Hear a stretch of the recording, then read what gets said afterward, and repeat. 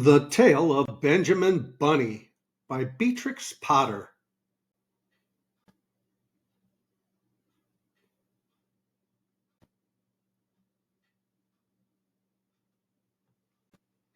One morning, a little rabbit sat on a bank. He pricked his ears and listened to the trit trot of a pony. A gig was coming along the road. It was driven by Mr. McGregor, and beside him sat Mrs. McGregor in her best bonnet.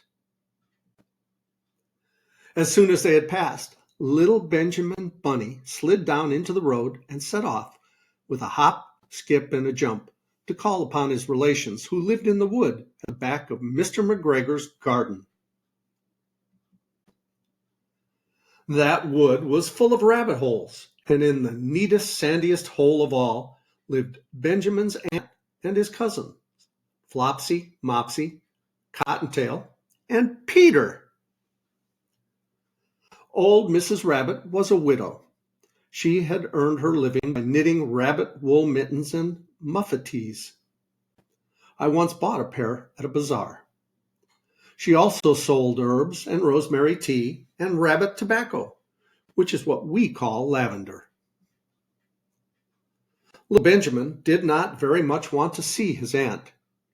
He came around the back of the fir tree and nearly tumbled upon the top of his cousin Peter. Peter was sitting by himself.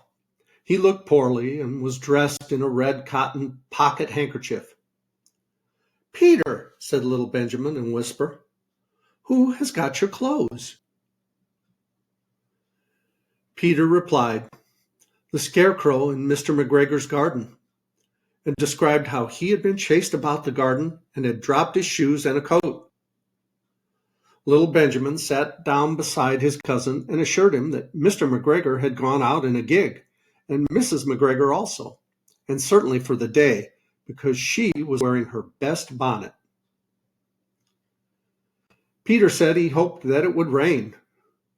At this point, old Mrs. Rabbit's voice was heard inside the rabbit hole, calling, "Cottontail, Cottontail, fetch some more chamomile." Peter said he thought he might feel better if he went for a walk. They went away hand in hand and got upon the flat top of the wall at the bottom of the wood. From here they looked down into Mr. McGregor's garden. Peter's coat and shoes were plainly to be seen upon the scarecrow, topped with an old tam-o'-shanter of Mr. McGregor's. Little Benjamin said, "It spoils people's clothes to squeeze under a gate. The proper way to get in is to climb down a pear tree." Peter fell down head first, but it was of no consequence, as the bed below was newly raked and quite soft. It had been sown with lettuces. They left a great many odd little footmarks all over the bed, especially little Benjamin, who was wearing clogs.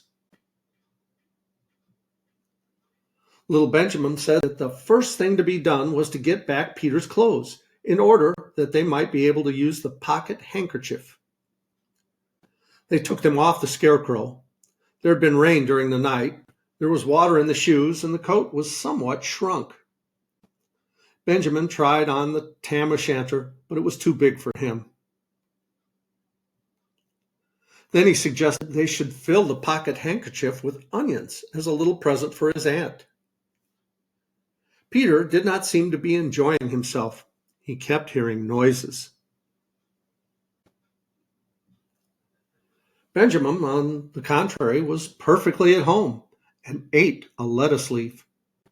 He said that he was in the habit of coming to the garden with his father to get lettuces for their Sunday dinner. The name of little Benjamin's papa was Mr. Benjamin Bunny. The lettuces certainly were very fine. Peter did not eat anything. He said he should like to go home. Presently, he dropped half the onions. Little Benjamin said that it was not possible to get back up the pear tree with a load of vegetables. He led the way boldly toward the other end of the garden. They went along a little walk on planks under a sunny red brick wall. The mice sat on their doorsteps, cracking cherry stones. They winked at Peter Rabbit and little Benjamin Bunny. Presently, Peter let the pocket handkerchief go again. They got amongst the flower pots and frames and tubs. Peter heard noises worse than ever. His eyes were as big as lollipops. He was a step or two in front of his cousin when he suddenly stopped. This is what those little rabbits saw round the corner. Little Benjamin took one look, and then in half a minute, less than no time, he hid himself and Peter and the onions underneath a large basket. The cat got up and stretched herself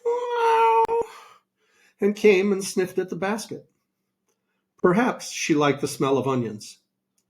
Anyway, she sat down upon the top of the basket. She sat there for 5 hours. I cannot draw you a picture of Peter and Benjamin underneath the basket because it was quite dark and because the smell of onions was fearful. It made Peter Rabbit and little Benjamin cry. The sun got round behind the wood, and it was quite late in the afternoon, but still the cat sat upon the basket. At length there was a pitter-patter, and some bits of mortar fell from the wall above. The cat looked up and saw old Mr. Benjamin Bunny prancing along the top of the wall of the upper terrace. He was smoking a pipe of rabbit tobacco and had a little switch in his hand. He was looking for his son. Old Mr. Bunny had no opinion whatever of cats. He took a tremendous jump off the top of the wall onto the top of the cat and cuffed it off the basket, wham, and kicked it into the greenhouse. Kick, scratching off a handful of fur. The cat was too much surprised to scratch back. When old Mr. Bunny had driven the cat into the greenhouse, he locked the door. Then he came back to the basket and took out his son Benjamin by the ears and whipped him with the little switch. Then he took out his nephew Peter. Then he took out the handkerchief of onions and marched out of the garden. When Mr. McGregor returned about half an hour later, he observed several things which perplexed him. It looked as though some person had been walking all over the garden in a pair of clogs, only the footmarks were too ridiculously little. Also, he could not understand how the cat could have managed to shut herself up inside the greenhouse, locking the door upon the outside. When Peter got home, his mother forgave him because she was so glad to see that he had found his shoes and coat.